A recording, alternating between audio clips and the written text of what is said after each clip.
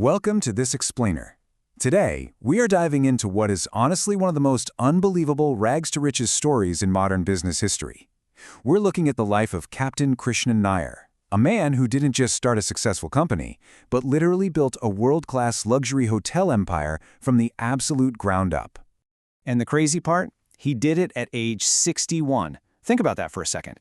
At an age when most folks are, planning their retirement, finally relaxing and looking back on their life's work, this man decided to completely reinvent himself and start entirely from scratch. So, how on earth did he pull this off? Well, to understand that, we've got to go back to the very beginning. Section 1. A Palace Denied. Let's start with a 7-year-old boy standing outside the magnificent Mysore Palace. He was denied entry just because of his social standing. But man, he still dared to dream big. Born into severe poverty in a small hut in Kannur in 1922, young Krishnan viewed education as his absolute temple. His brilliance actually earned him a royal sponsorship for college. But, well, duty called. In 1942, to support his aging parents, he left school and joined the British Indian Army as a wireless officer.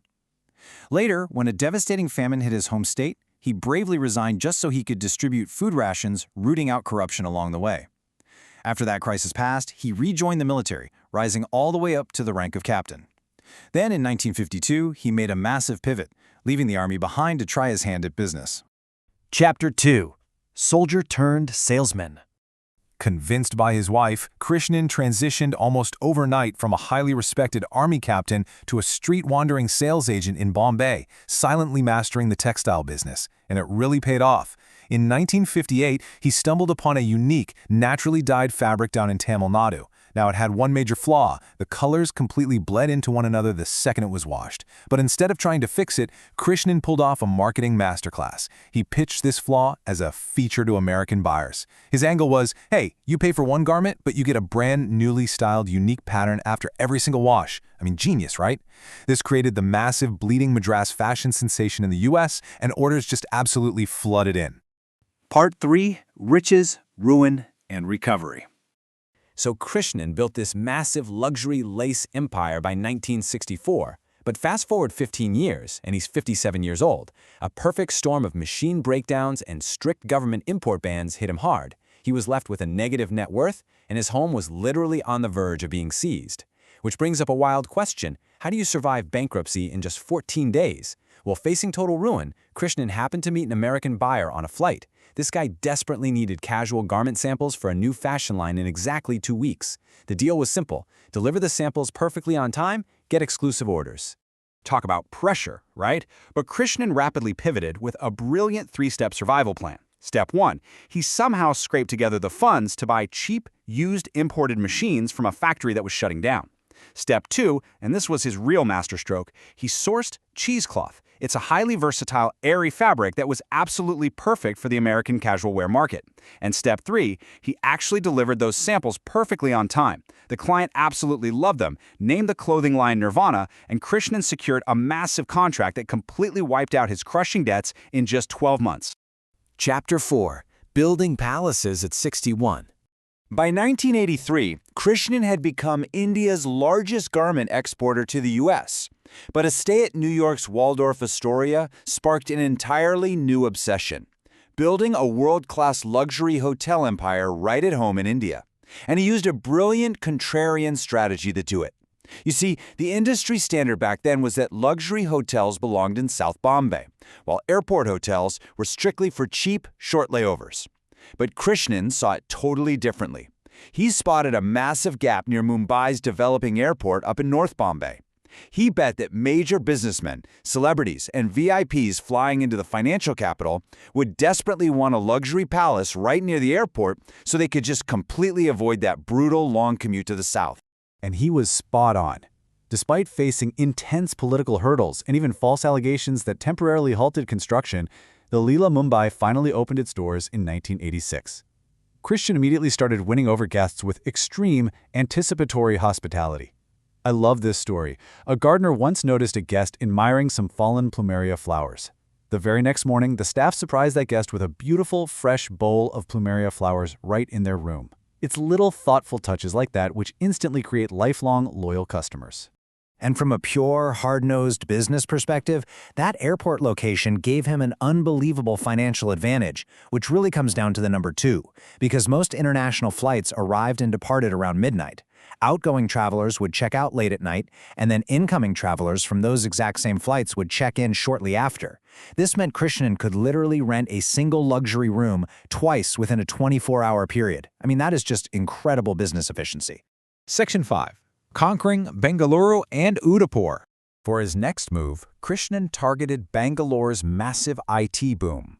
He decided to build a staggering 256-room hotel, directly inspired by the very Mysore palace he was locked out of as a little boy. But this colossal project almost ruined him again. The sheer scale caused severe construction delays, and his debt repayment deadlines were creeping up fast. He was staring down bankruptcy once more.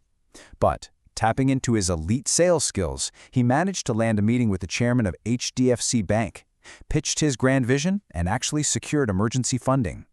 He then played it smart, opening the hotel in strategic phases so he could immediately generate cash flow while the rest of the construction finished up. And the final result? Well, the motto became royalty over luxury. The Leela Palace Bengaluru didn't just feel like a nice hotel, it felt like stepping into an actual royal palace.